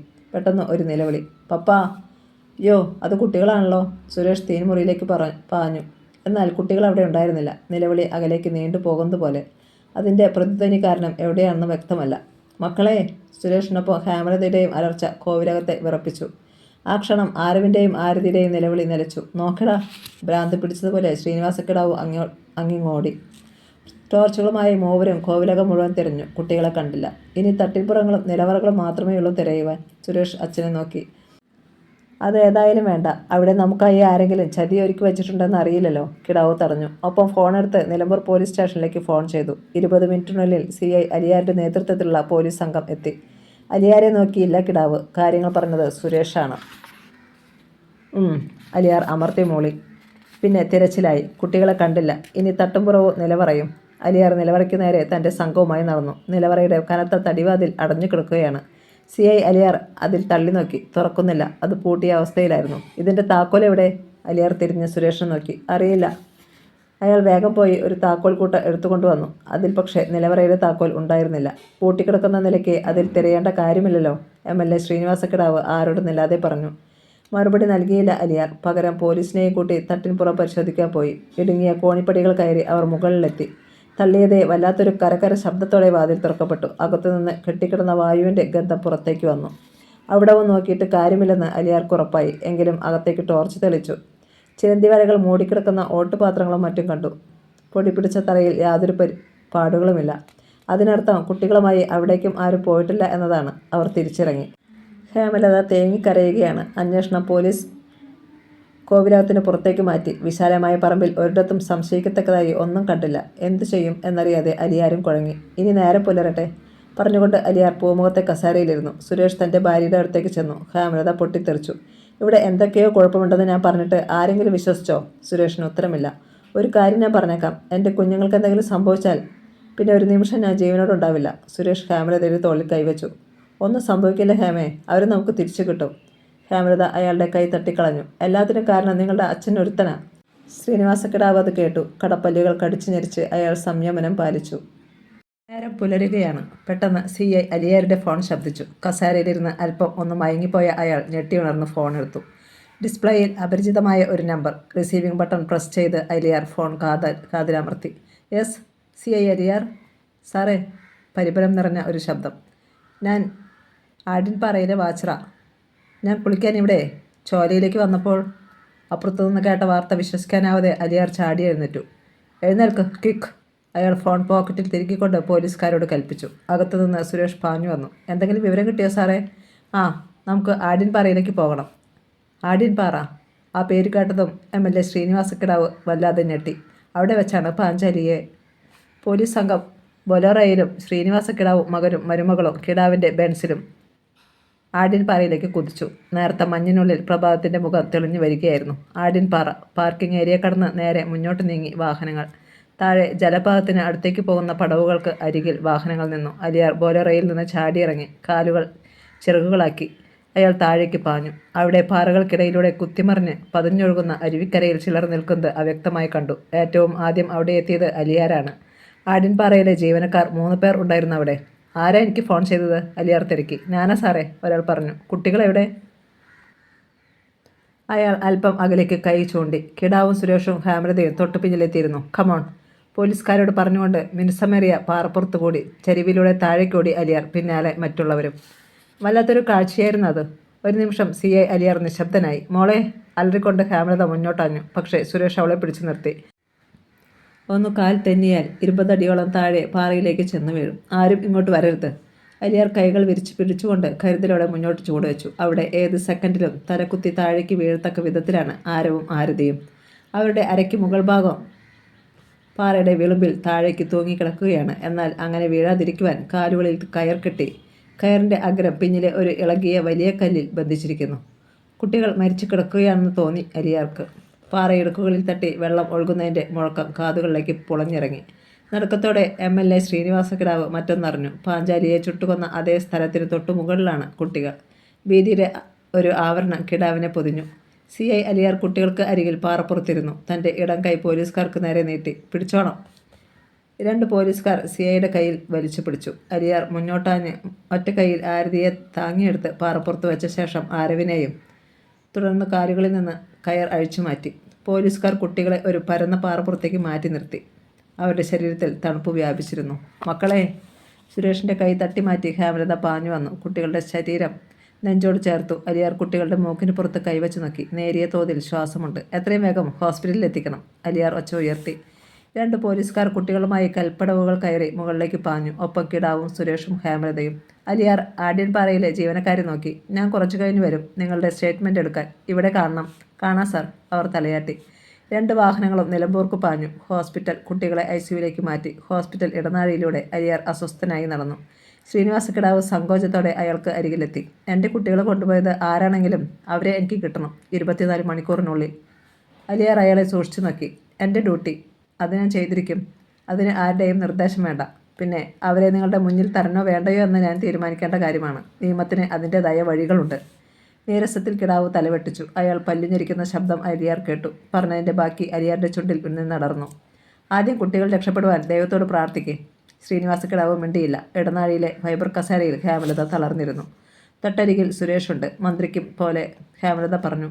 ഇനി എന്നെ നിർബന്ധിക്കരുത് സുരേഷ്. ആ നശിച്ച കോവിലകത്തേക്ക് ഞാൻ വരില്ല. സുരേഷ് കിടാവിന് മറുപടിയില്ലായിരുന്നു. സമയം കടന്നുപോയി. ഹോസ്പിറ്റലിൽ തിരക്കായി തുടങ്ങി. വിവരമറിഞ്ഞ് ശേഖരക്കിടാവും പാഞ്ഞെത്തി. അയാൾ ശ്രീനിവാസക്കിടാവിൻ്റെ അടുത്തെത്തി വിവരം തിരക്കി. ഡോക്ടർ ഇതുവരെ പുറത്തു വന്നിട്ടില്ല ശേഖര. വിടരുത് ചേട്ടാ ഒരുത്തനെ. നമ്മുടെ കുടുംബത്തെ പോലെ ഇങ്ങനെ ചെയ്യാൻ ആര് തുഞ്ഞാലും ഇനി അവൻ ജീവനോടെ വേണ്ട.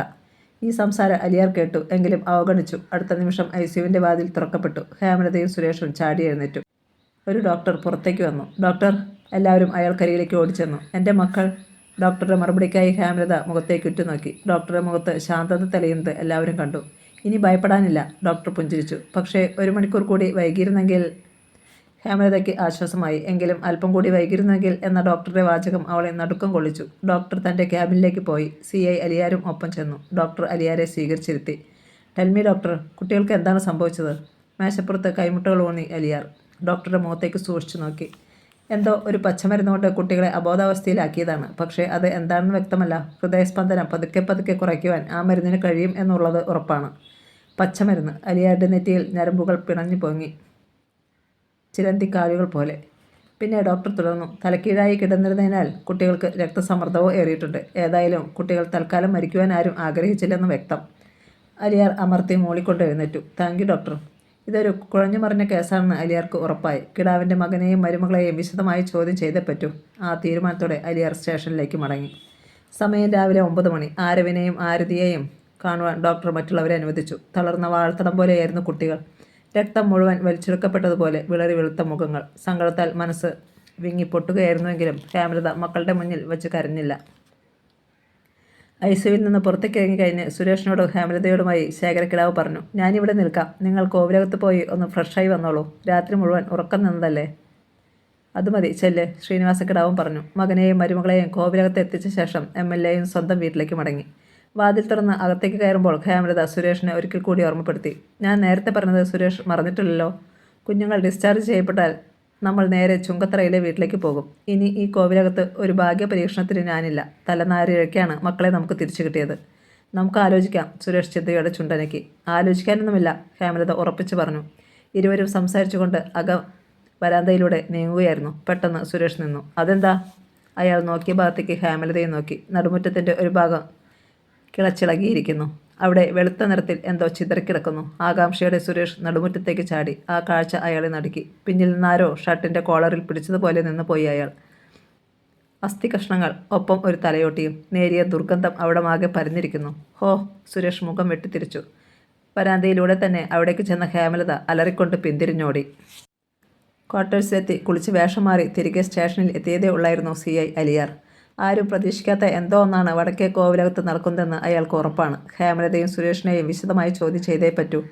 എല്ലാവരും എന്തൊക്കെയോ മറയ്ക്കുന്നത് പോലെ ഒരു തോന്നൽ. ഒരു കേസും അധികനാൾ നീട്ടിക്കൊണ്ടു പോകുന്നത് ഇഷ്ടമല്ല അലിയാർക്ക്. അയാൾ ഫോണെടുത്തു. സുരേഷിനെ വിളിക്കണം. അയാൾ ഹോസ്പിറ്റലിലോ അതോ കോവിലകത്തോ എവിടെയാണെന്ന് അറിയണം. പിന്നെ ആഢ്യൻപാറയിലെ ജോലിക്കാരെ ക്വസ്റ്റ്യൻ ചെയ്യണം. ആ തീരുമാനത്തോടെ സുരേഷിൻ്റെ നമ്പറിൽ വിളിക്കാനാഞ്ഞതും പെട്ടെന്ന് ഫോൺ ഇരമ്പി. അലിയാർ കണ്ടു. സുരേഷ് കാളിംഗ്. ഫോൺ കാതിലമർത്തി. ഞാൻ അങ്ങോട്ട് വിളിക്കാൻ ഭാവിക്കുകയായിരുന്നു സുരേഷ്. നിങ്ങളെവിടെയാ? സാർ, കോവിലകത്താണ്. പക്ഷേ ഇവിടം കുറേ അസ്ഥി കഷ്ണങ്ങൾ നടുമുറ്റത്ത്. CI അലിയാർ ചാടി എഴുന്നേറ്റു. സുകേഷേ. ഹാഫ് ഡോർ തുറന്ന് പുറത്തേക്കിറങ്ങുന്നതിനിടയിൽ CI അലിയാർ വിളിച്ചു. SI കാർത്തിക് പോയ ഒഴിവിലേക്ക് കഴിഞ്ഞ ദിവസമാണ് സുകേഷ് ചാർജ് എടുത്തത്. മിടുമിടുക്കനായ ഒരു ചെറുപ്പക്കാരൻ, ആദർശവാൻ. സാർ. തൻ്റെ ക്യാബിനിൽ നിന്ന് സുകേഷ് ഇറങ്ങി വന്നു. 4 പോലീസുകാരെ കൂടി കൂട്ടിക്കോ. നമുക്ക് വടക്കേ കോവിലകത്തേക്ക് പോകണം. സാർ. 2 മിനിറ്റിനുള്ളിൽ പോലീസിൻ്റെ ബൊലേറോ സ്റ്റേഷൻ മുറ്റത്ത് നിന്ന് പുറത്തേക്ക് പാഞ്ഞു. വടക്കേ കോവിലകം പോലീസ് സംഘം ചെല്ലുമ്പോൾ സുരേഷ് കിടാവും ഹേമലയും പരിഭ്രമിച്ച് നിൽക്കുകയാണ്. അകത്തേക്ക് കയറിയപ്പോൾ തന്നെ നേർത്ത ദുർഗന്ധം പോലീസിന് ബോധ്യപ്പെട്ടു. സാർ, ഞങ്ങൾ ഹോസ്പിറ്റലിൽ നിന്ന് വന്നപ്പോഴാണ് ഇത് കാണുന്നത്. സുരേഷ് നടുമുറ്റത്തേക്ക് കൈ ചൂണ്ടി. CIയും SIയും അസ്ഥികഷ്ണങ്ങൾക്ക് അടുത്തേക്ക് ചെന്നു. ഒറ്റ നോട്ടത്തിൽ തന്നെ അതൊരു മനുഷ്യൻ്റേതാണെന്ന് വ്യക്തമായി. മാത്രമല്ല അത് അവിടെ കുഴിച്ചിട്ടിട്ട് അധികകാലം ആയിട്ടില്ലെന്നും ഉറപ്പ്. പക്ഷേ ഇതിപ്പോൾ മാന്തി പുറത്തിട്ടതാര്? അവർ തന്നെയാവും കുട്ടികളെ അപകടപ്പെടുത്തിയതെന്നും അലിയാർക്ക് തോന്നി. അയാൾ പെരിന്തൽമണ്ണ DYSPക്ക് മെസ്സേജ് നൽകി. നടപടികൾ തുടങ്ങിക്കൊള്ളുവാൻ അവിടെ നിന്നും മറുപടി വന്നു. ഒപ്പം കഴിഞ്ഞ 1-2 മാസങ്ങൾക്കുള്ളിലെ മാൻ മിസ്സിംഗ് കേസുകളും പരിശോധിക്കുവാൻ DYSP നിർദ്ദേശിച്ചു. ഫസ്റ്റ് ഇൻഫർമേഷൻ റിപ്പോർട്ട് തയ്യാറാക്കുവാൻ CI അലിയാർ SI സുകേഷിനെ ചുമതലപ്പെടുത്തി. പിന്നെ സുരേഷിനെയും ഹേമലതയും ഒരു ഭാഗത്തേക്ക് വിളിച്ചു മാറ്റിയിരുത്തി വിവരങ്ങൾ ചോദിച്ചറിയാൻ തുടങ്ങി. അവിടെ വന്ന ദിവസം മുതലുണ്ടായ അനുഭവങ്ങൾ ഓരോന്നായി ഹേമലത പറഞ്ഞു തുടങ്ങി. കടുത്ത ചിന്തയിൽ അകപ്പെട്ട CI അലിയാരുടെ മുഖത്ത് പലവിധ ഭാവങ്ങൾ മാറി മാറി വന്നുകൊണ്ടിരുന്നു. മായാർ. രാവിലെ തന്നെ പ്രജേഷ് പരിന്ദ്രഷിതിനെ വിളിച്ച് ഓർമ്മപ്പെടുത്തി. എത്രയും വേഗം ആ ഹെൽമറ്റുധാരിയെ കണ്ടെത്തണം. പിന്നെ ശ്രീനിവാസക്കിടാവ് തന്നെ വിളിക്കുകയോ മറ്റോ ചെയ്തോ? ചെയ്തു. അല്പം മുമ്പ്. ഇന്നലെ നിങ്ങൾ സ്ഥലത്തില്ലാതിരുന്നാൽ ലക്ഷ്യം നേടാനായില്ലെന്ന് ഞാൻ പറഞ്ഞു. പരിന്ദ്രഷിതിൻ്റെ മറുപടി കേട്ടു. പിന്നെ വേറെന്ത് വിശേഷം പറഞ്ഞടാ? ചന്ദ്രകല കൊണ്ടുവച്ച ഗ്രീൻ ടീയുടെ കപ്പ് ഉയർത്തി പ്രജീഷ് ഒരു ഇറുക്ക് ചായ അകത്താക്കി. വളരെ പ്രധാനപ്പെട്ട ഒരു വിശേഷമുണ്ട് സാർ. പ്രജീഷ് നെറ്റിച്ചുളിച്ചു. നിങ്ങളുടെ കോവിലകത്തിൻ്റെ നടുമുറ്റത്ത് നിന്ന് ആരുടെയോ അസ്ഥികൂടം കിട്ടിയെന്ന്. ഞെട്ടിവിറച്ചു പോയി പ്രജീഷ്. അയാൾ ചന്ദ്രകലയെ ഒന്ന് നോക്കി. കാര്യം എന്തെന്നറിയുവാൻ കാത്തു നിൽക്കുകയാണവർ. അസ്ഥികൂടം അണലി അക്ബറുടേതാണെന്ന് പരിന്ത് അറിഞ്ഞാൽ സീരിയൽ നടി സുസൻ്റെ മരണത്തിനും ഞങ്ങൾ കണക്ക് പറയേണ്ടി വരും. അയാളുടെ ചിന്തകളെ മുറിച്ചുകൊണ്ട് പരിന്തിൻ്റെ ശബ്ദം ഫോണിലൂടെ ചിതറി വീണു. എങ്ങനെയാ സാറേ അവിടെ ആ അസ്ഥികൂടം വന്നത്? മറുപടി പറയുവാൻ ഏതാനും സെക്കൻഡുകൾ എടുത്തു പ്രജീഷ്. അത് ഞങ്ങളെങ്ങനെ അറിയാനടാ? പഴയ കോവിലകമല്ലേ. അവിടെ അറിഞ്ഞതും അറിയാതെയും പല മരണങ്ങളും നടന്നിട്ടുണ്ടാവും. പണ്ട് കാലത്ത് ആരെങ്കിലും അതവിടെ കുഴിച്ചിട്ടതാവും. അയാളുടെ ശബ്ദം ചിലമ്പി. പണ്ട് കാലത്തല്ല സാറേ, അതിന് അധികം പഴക്കമില്ലെന്ന് അറിഞ്ഞത്. ഫോറൻസിക് എക്സ്പെർട്ടൊക്കെ വന്നിട്ടുണ്ട് പോലും. തൻ്റെ ശ്വാസം നിലച്ചു പോകുന്ന പോലെ തോന്നി പ്രജീഷിന്. തങ്ങൾ കുടുങ്ങിയത് തന്നെ. ഇതിപ്പം എങ്ങനെയാണ് പുറത്തു വന്നത്? സുരേഷ് കിടാവിൻ്റെ മക്കളെ ആരോ കോവിലകത്തു നിന്ന് തട്ടിക്കൊണ്ടുപോയി. കഷ്ടിച്ച അതുങ്ങൾ രക്ഷപ്പെട്ടത്. ആശുപത്രിയിൽ നിന്ന് സുരേഷ് സാറും ഭാര്യയും വന്നപ്പോൾ കാണുന്നത് അസ്ഥികൂടമാണ് സാറേ. സാറ് ആരെങ്കിലും തട്ടിയേച്ച് അവിടെ അടക്കിയതാണോ? പ്രജീഷിൻ്റെ ഹൃദയത്തിനുള്ളിൽ ഒരു അറക്കവാൾ പുളഞ്ഞു. എനിക്കൊരു കാൾ വരുന്നുണ്ട് പരിന്തേ, അങ്ങോട്ട് വിളിക്കാം. അങ്ങനെ കള്ളം പറഞ്ഞ് പ്രജീഷ് ഫോൺ കട്ട് ചെയ്തു. തുടർന്ന് ചന്ദ്രകലയോട് വിവരം പറഞ്ഞു. അവളും പരിഭ്രമിച്ചു. നമുക്ക് കൊലക്കയർ വീഴുമോ പ്രജീഷേ? ചന്ദ്രകല വിറയ്ക്കുവാൻ തുടങ്ങി. ബോഡി ആരുടേതാണെന്ന് തെളിഞ്ഞില്ലെങ്കിൽ കുഴപ്പമില്ല. ഇനി പോലീസ് വരികയോ നമ്മളെ ക്വസ്റ്റ്യൻ ചെയ്യുകയോ എന്ത് സംഭവിച്ചാലും നമുക്കൊന്നും അറിയില്ല. ആ സ്റ്റാൻഡിൽ ഉറച്ചു നിന്നേക്കണം. ചന്ദ്രകല മറുപടി പറയും മുമ്പ് അവളുടെ ഫോണിലേക്ക് കാൾ വന്നു. MLA ശ്രീനിവാസ കിടാവ്. ആരാ? പ്രജീഷ് ചന്ദ്രകലയ്ക്ക് നേരെ തിരിഞ്ഞു. കിടാവ് സാറാ. തൽക്കാലം എടുക്കണ്ട. അപ്പോൾ നമ്മളെ സംശയിക്കില്ലേ? ചന്ദ്രകലയ്ക്ക് സംശയം. കുറച്ച് കഴിഞ്ഞ് അങ്ങോട്ട് വിളിക്കാം. അപ്പോൾ ഒരു ഐഡിയ കണ്ടെത്തി കഴിയണം. ഒരിക്കലും നമ്മൾ കുടുങ്ങാത്ത ഐഡിയ. ഫോൺ ബെല്ലടിച്ച് നിന്നു. ചന്ദ്രകല തളർച്ചയോടെ കസേരയിലേക്കിരുന്നു. ഒന്നിന് പിന്നാലെ ഒന്നായി നമുക്കെതിരെ പ്രശ്നങ്ങൾ വന്നുകൊണ്ടിരിക്കുകയാണല്ലോ പ്രജീഷ്. നമ്മുടെ സ്വപ്നങ്ങളും തീരുമാനങ്ങളും ഒന്നും നടപ്പാകുന്നുമില്ല. അവളുടെ ശബ്ദത്തിൽ നിരാശ നിഴലിച്ചു. ഒക്കെ ശരിയാകുമടി, നീ ധൈര്യമായിരിക്കേ. എന്നാൽ ചന്ദ്രകലയ്ക്ക് ധൈര്യമില്ല. ആരോടൊന്നില്ലാതെ അവൾ മന്ത്രിച്ചു. പാഞ്ചാലിയെ കൊല്ലണ്ടായിരുന്നെന്ന് ഇപ്പോൾ തോന്നിപ്പോവുകയാ. അവളുടെ മരണത്തോടെയാ എല്ലാം തകിടം മറിഞ്ഞു തുടങ്ങിയത്. ബാക്കി കിട്ടാനുള്ള 40 കോടി രൂപ കൂടി കയ്യിലെത്തുമ്പോൾ പാഞ്ചാലിയെ കൊന്നത് നന്നായെന്ന് നീ മാറ്റി പറഞ്ഞോളും. പ്രജീഷ് ചിരിച്ചു. എന്നാൽ ചന്ദ്രകലയ്ക്ക് ആശ്വാസം തോന്നിയില്ല. അപകടത്തിൻ്റെ ഈ ചിലന്തി വലയിൽ നിന്ന് എങ്ങനെ രക്ഷപ്പെടും? അതായിരുന്നു അവളുടെ ചിന്ത. എന്തായാലും തനിക്ക് ജയിലിൽ കിടക്കാൻ വയ്യ. അതിനായി പ്രജീഷിനെ ഒറ്റിക്കൊടുക്കേണ്ടി വന്നാൽ അതിനും താൻ ചിലപ്പോൾ തയ്യാറായേക്കുമെന്ന് അവൾക്ക് തോന്നി. സമയം കടന്നുപോയി. കിടാവ് ഇനി വിളിക്കുകയാണെങ്കിൽ പറയാൻ പറ്റിയ ആശയങ്ങളൊന്നും പ്രജീഷിന് കിട്ടിയില്ല. അവസാനം അയാൾ വസ്തു ബ്രോക്കർ മുനിയാണ്ടിയെ വിളിച്ചു. തനിക്കൊരു പുതിയ സിം കാർഡ് എത്രയും വേഗം എത്തിക്കണമെന്ന് നിർദ്ദേശിച്ചു. ഉച്ചയോടെ മുനിയാണ്ടി പുതിയ സിം കാർഡ് കൊണ്ടുവന്നു. അത് ആക്ടിവേറ്റ് ആയി കഴിഞ്ഞയുടൻ ചന്ദ്രകലയും പ്രജീഷും പഴയ സിം കാർഡുകൾ മാറ്റി. സൈബർ സെല്ലുകൾ തിരഞ്ഞാൽ പോലും തൽക്കാലത്തേക്കെങ്കിലും തങ്ങളെ കണ്ടുപിടിക്കാതിരിക്കട്ടെ. ആ നമ്പറിൽ നിന്ന് പ്രജീഷ് പരുന്ത് റഷീദിനെ വിളിച്ചു. എൻ്റെ പുതിയ നമ്പർ ഇതാടാ, ഇതിലേക്ക് വിളിക്കാവൂ. അപ്പുറത്തു നിന്ന് പരുന്തിൻ്റെ സംശയം നിറഞ്ഞ ശബ്ദം. അപ്പോൾ ആ അസ്ഥിക്കുടം കോവിലകത്ത് വന്നതെങ്ങനെയെന്ന് സാറിനറിയാം അല്ലേ? പ്രജീഷിന് വാക്കുകൾ നഷ്ടമായി. അയാൾ മരവിച്ചിരുന്നു പോയി. വടക്കേ കോവിലകം. വിവിധ ചാനൽ റിപ്പോർട്ടർമാരും ഫോട്ടോഗ്രാഫേഴ്സും ഉണ്ടായിരുന്നു അവിടെ. നാട്ടുകാർ മാത്രം അവിടേക്ക് തിരിഞ്ഞു നോക്കിയില്ല. FIR നടപടികൾ പൂർത്തിയായി കഴിഞ്ഞു. അസ്ഥികഷ്ണങ്ങൾ ഒരു പ്ലാസ്റ്റിക് ബാഗിലേക്ക് നീക്കി. ഫോറൻസിക് വിഭാഗം തങ്ങൾക്ക് പരിശോധിക്കുവാൻ ചില സാമ്പിളുകളും എടുത്തു. ഒരു കാര്യം അവർ തീർത്തു പറഞ്ഞു. 2 മാസത്തിനപ്പുറം ഈ അസ്ഥികൂടത്തിന് പഴക്കമുണ്ടാവില്ല. പിന്നെ ഇതൊരു പുരുഷൻ്റേതാണ്. CI അലിയാർ തൻ്റെ ലാപ്ടോപ്പിൽ ജില്ലയിൽ റിപ്പോർട്ട് ചെയ്തിട്ടുള്ള മാൻ മിസ്സിംഗ് കേസുകൾ പരതാൻ തുടങ്ങി. 3 മാസത്തിനുള്ളിൽ റിപ്പോർട്ട് ചെയ്യപ്പെട്ടത് 40 എണ്ണം. അതിൽ നിന്ന് സ്ത്രീകളെയും കുട്ടികളെയും ഒഴിവാക്കിയാൽ അവശേഷിച്ചത് 27 എണ്ണം. അവയിൽ ഓരോന്നിലൂടെയും അലിയാരുടെ കണ്ണുകൾ സൂക്ഷ്മതയോടെ നീങ്ങി. തൊട്ടരികിൽ ആരോ മുരടനക്കിയപ്പോൾ അലിയാർ തിരിഞ്ഞു. MLA ശ്രീനിവാസ കിടാവ്. ചോദ്യഭാവത്തിൽ അയാൾ കിടാവിനെ നോക്കി. എൻ്റെ മകൻ ഇവിടെ താമസമാക്കിയിട്ട് ഏതാനും ദിവസങ്ങളേ ആയിട്ടുള്ളൂ. അലിയാർ ശ്രദ്ധിക്കാത്ത ഭാവത്തിൽ കിടാവ് പറഞ്ഞു. അതിന് ലാപ്ടോപ്പ് മടക്കി വെച്ചിട്ട് അലിയാർ നിവർന്നിരുന്നു. അതിനർത്ഥം നേരത്തെ ഇവിടെ താമസിച്ചിരുന്നവർക്ക് ഇതിൽ പങ്കുണ്ടായിരിക്കും എന്നാണല്ലോ. ആ വഴിക്കൊന്ന് അന്വേഷിച്ചാൽ സത്യം തെളിയും. അലിയാരുടെ മുഖത്തൊരു ചിരി മങ്ങി. നേരത്തെ ഇവിടെ താമസിച്ചിരുന്നവരെ കാണാനും പലരും വന്നിട്ടുണ്ട്. അവരെയും വേണമെങ്കിൽ സംശയിക്കാം. 15 വയസ്സുള്ള ഒരു കൊച്ചു പെൺകുട്ടിയെ നിർദാക്ഷിണ്യം പെട്രോൾ ഒഴിച്ച് കത്തിച്ചവരും അതിന് പ്രേരണ നൽകി കൂട്ടുനിന്നവരെയും വേണമെങ്കിൽ സംശയിക്കാം. കവിളടക്കം ഒരടി ഏറ്റതുപോലെ തോന്നി കിടാവിന്. അയാൾ തിരിഞ്ഞു നടക്കാൻ ഭാവിച്ചു. നിൽക്കണം സാർ. അലിയാർ എഴുന്നേറ്റു.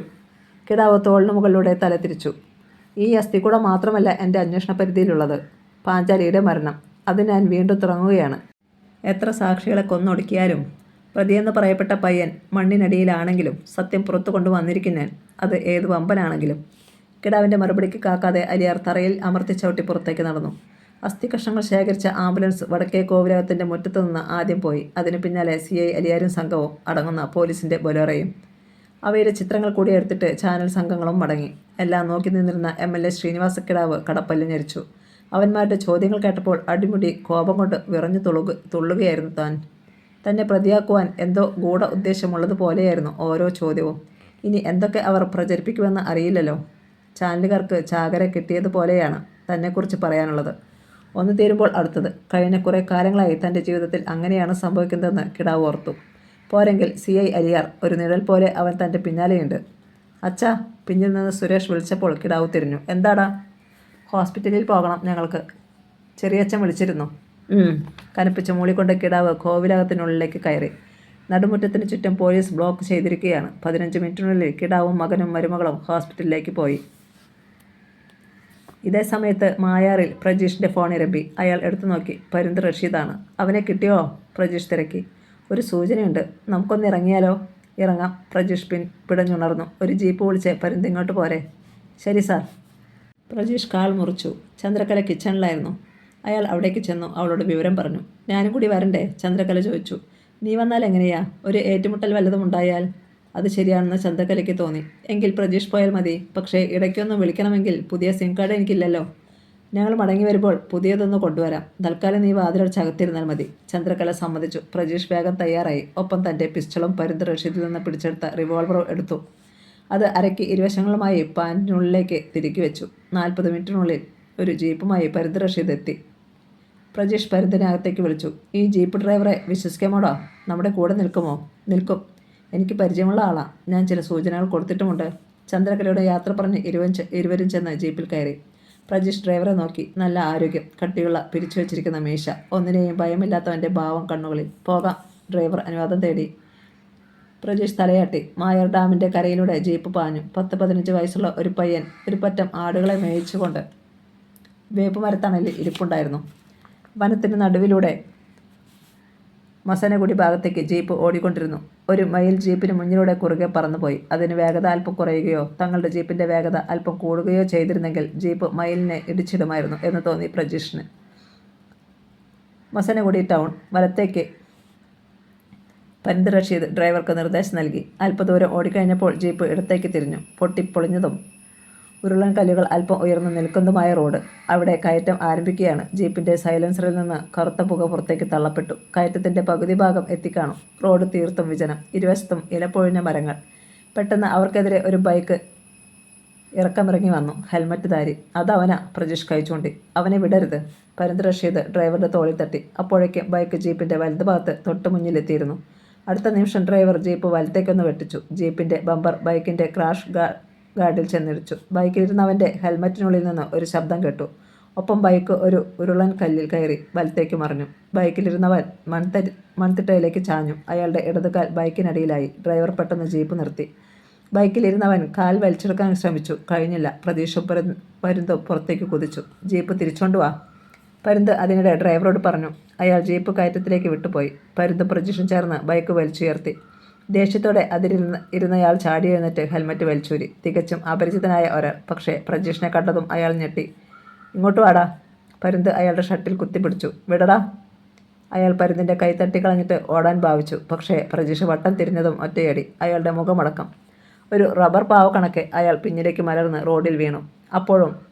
ജീപ്പ് അപ്പോഴേക്കും മടങ്ങി വന്നു. പരുന്ത് അയാളുടെ വയറ്റത്ത് ആഞ്ഞാഞ്ഞു ചവിട്ടി. അയ്യോ. അയാൾ റോഡിൽ കിടന്ന് വെട്ടിപ്പൊളഞ്ഞു നിലവിളിച്ചു. പ്രജീഷും പരുന്തും അയാളെ ഉയർത്തി ജീപ്പിന് പിന്നിലേക്കിട്ടു. ശേഷം ഒപ്പം ചാടിക്കയറി. പിന്നിലെ പടുതയും അഴിച്ചു താഴ്ത്തിയിട്ടു. ഇനി നീ മര്യാദയ്ക്കിരുന്നില്ലെങ്കിൽ നിന്റെ ശവമേ ഈ ജീപ്പിൽ നിന്ന് പുറത്തിറക്കൂ. ജീപ്പ് വന്ന വഴിക്ക് പാഞ്ഞു. എന്നെ എന്തിനാ നിങ്ങളെ കൊണ്ടുപോകുന്നേ? അയാൾ ഞരങ്ങി.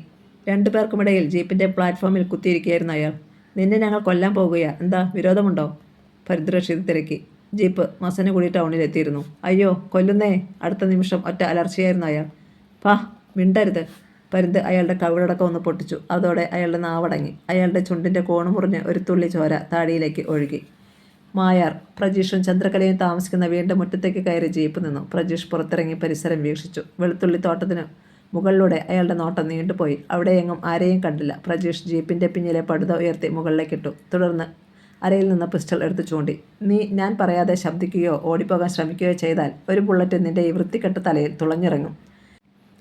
പറഞ്ഞിട്ട് പ്രജീഷ് പരുന്തിനെ നോക്കി. അവനെ ഇറക്കിക്കൊണ്ടുവാ. പ്രജീഷ് കരുതലോടെ നിന്നു. പരുന്ത് അയാളെ ഇറക്കി വാതിൽക്കിലേക്ക് നടത്തി. തൊട്ടു പിന്നാലെ പ്രജീഷും. ജനാലയിലൂടെ എല്ലാം നോക്കി നിൽക്കുകയായിരുന്നു ചന്ദ്രകല. വാതിൽ തുറക്ക്. പ്രജീഷ് ആംഗ്യം കാണിച്ചു. ചന്ദ്രകല വാതിൽ തുറന്നു. കേരടാ അങ്ങോട്ട്. പ്രജീഷ് അയാളുടെ കഴുത്തിൽ പിടിച്ച് അകത്തേക്ക് ആഞ്ഞു തള്ളി. ഹാ. അയാൾ വേച്ചു ചെന്ന് ടീപ്പോയിലിടിച്ച് കമിഴ്ന്നു വീണു. ഞാൻ പോയിക്കോട്ടെ സാർ. മുറ്റത്തുനിന്ന് ജീപ്പ് ഡ്രൈവർ വിളിച്ചു ചോദിച്ചു. പോയിക്കോ. ഞാൻ അങ്ങ് വരുമ്പം രൂപ തരാം. പിന്നെ ഇക്കാര്യം മറ്റാരും അറിയണ്ട. പരിന്ത് റഷീദ് ഓർമ്മപ്പെടുത്തി.